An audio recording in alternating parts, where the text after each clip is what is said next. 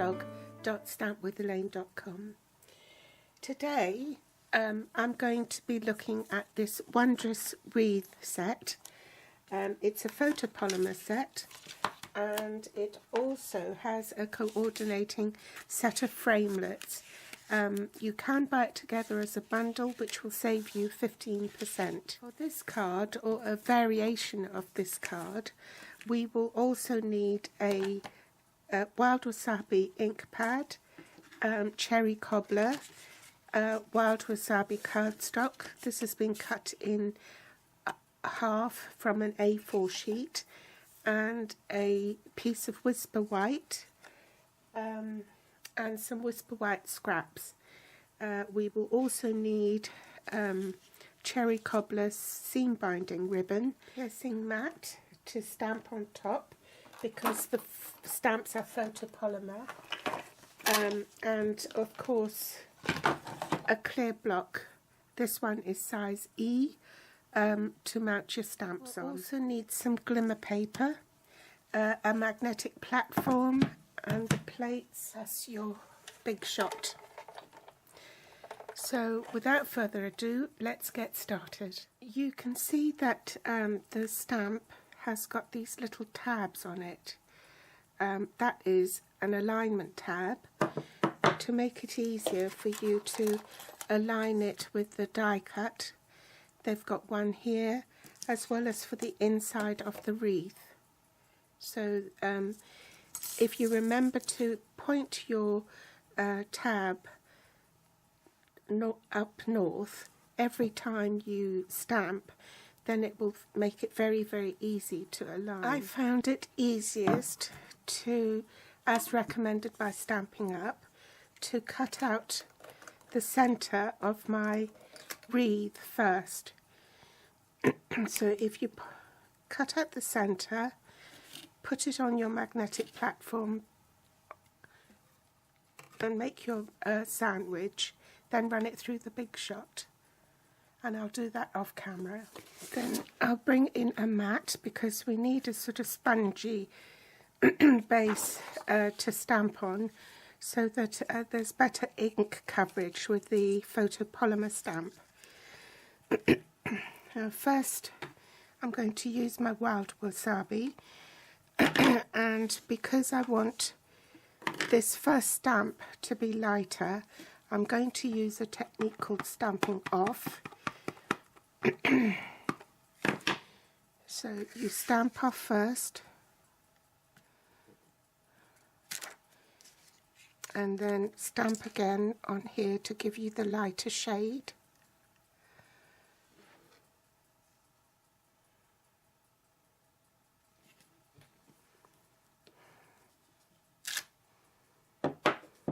Then I'll ink up the second photopolymer stamp, which just highlights a few of the leaves in a darker colour.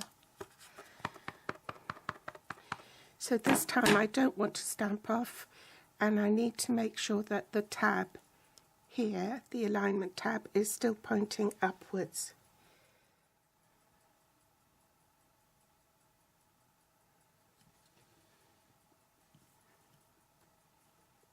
And then stamp. Now I'm going to take my cherry cobbler to stamp the berries, and so this is the third photopolymer stamp with the tab facing upwards.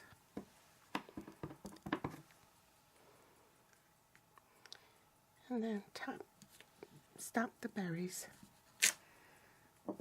Now I'm ready to cut it with this die.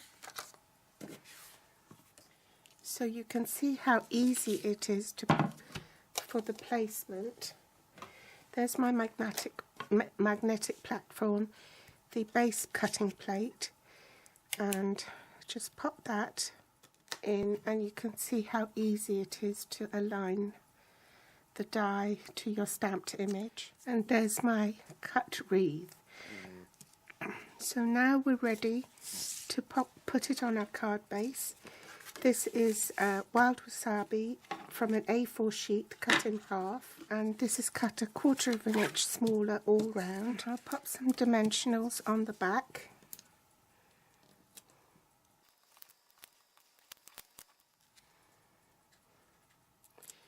Then centre it onto the card front. Back my cherry cobbler, and I want to stamp 3 flowers.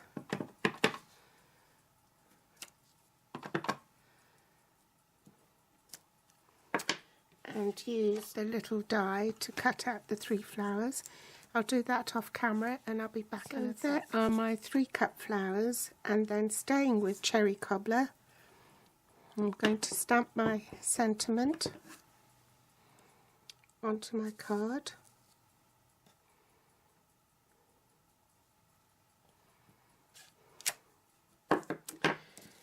Set that aside. And then do the inside of the card as well. The other sentiment, which is, may happy moments and cherished memories surround you with joy this season.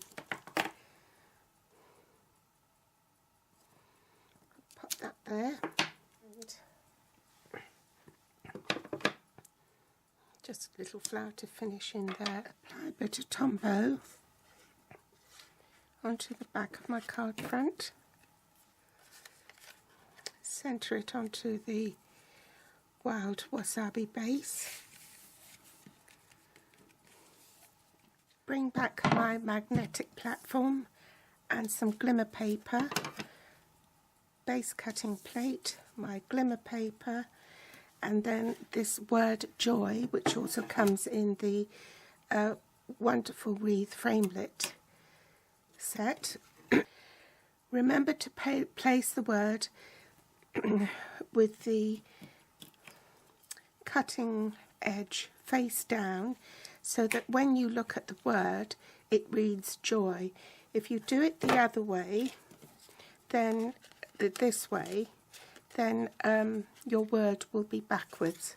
So just make sure that you do place it the right way up, and then make your sandwich and you're ready to run it through the big shot. So here's my joy word cut out, and you only want to apply glue to the bits where it's going to adhere to the card, so you don't want any glue in this middle area where the centre of the wreath is.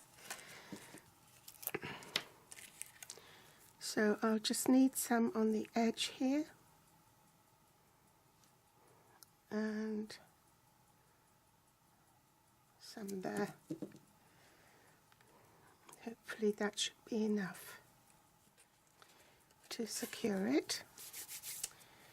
And then last of all is some cherry cobbler seam binding ribbon to make a bow. In true Blue Peter style, here's one I made earlier, so I shall pop that one on the top there.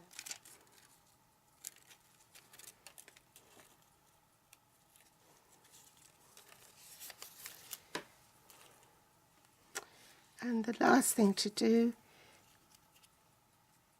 is to pop my flowers on. We need just a little sequin in the middle of this.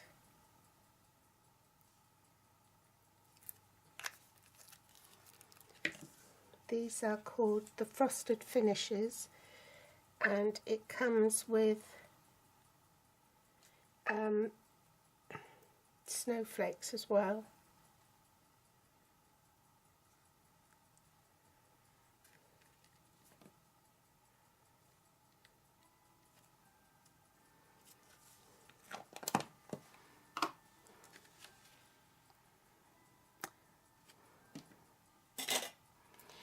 So I hope you've enjoyed today's tutorial. Here are some other samples I did, and I hope it will give you some inspiration. Thanks for watching.